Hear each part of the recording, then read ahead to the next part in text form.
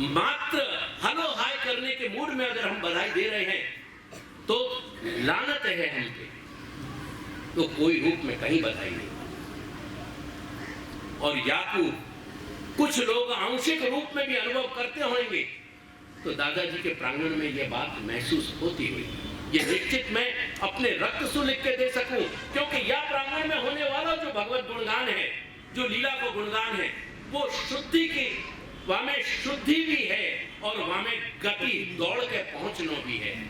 यही ये बधाई जो कही जाए, वहां में वाकई जो जाकू हम बधा रहे हैं, જેને આપણે વધાવીએ છીએ, વાકે પાસ तक जानो धावन है, दौड़ना, गति। अगर वो तीव्रता हमारे उत्साह में नहीं आई, अगर हमारे रोम रोम में वो तीव्रता नहीं आई, अगर हमारे चरणन में पावन में वो गति नहीं आई, अगर हमारे हाथन में वो गति नहीं आई, अगर हमारे हृदय में वो उमड़का नहीं आया, अगर वो शुद्धि नहीं आई, तो न गति बन पाएगी न शुद्धि बन पाएगी।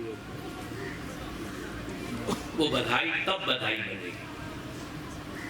बोलते रहे बधाई बधाई, क्या बधाई? बधाई शब्द आयो कहां से? वो वकार को बकार बन गया ब्रजभाषा में और यहाँ में हिंदी में आया। वो धातु धातु से बने हुए शब्द, जहाँ में गति की अनिवार्यता है और जहाँ में शुद्धि की अनिवार्यता है। अगर भाव शुद्धि नहीं है तो वो मात्र एक लौकिक हमारा परस्पर व्यवहार हो जाए,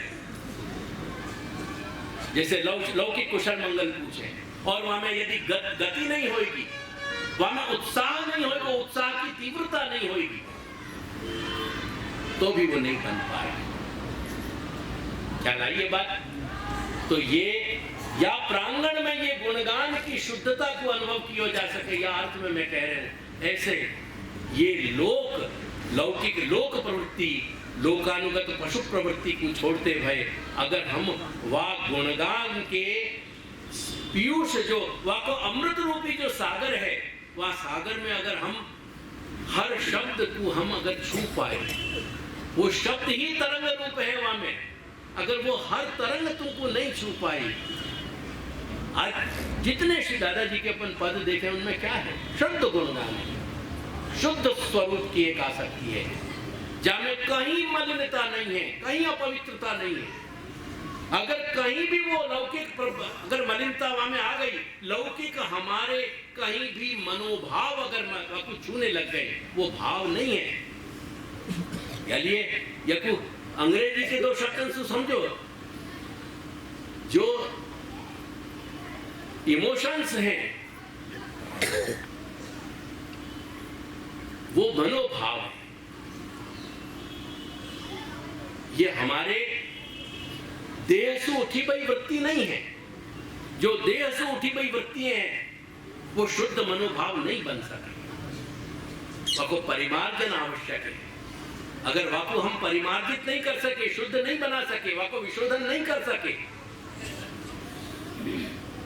वो कोई भी वृत्ति है, काम क्रोध लोभ मोह मद मात्सर्य, ये सब वृत्तियां अपन को श्रीमद् भागवत की भगवत लीला में सब मिलेंगी।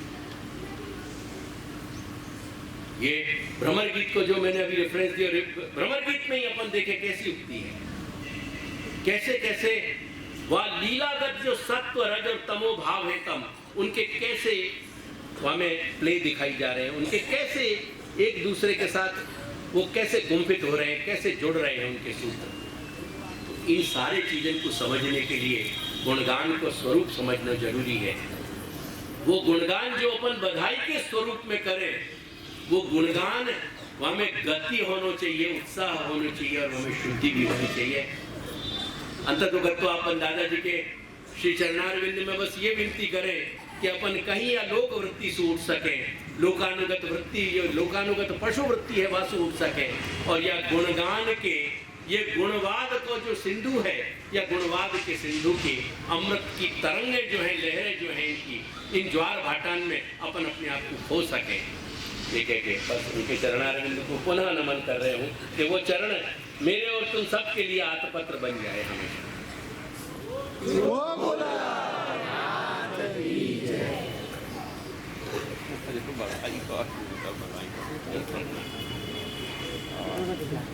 हाँ बेटा, धावो गति शुद्धियो, उगादि गण की धातु है।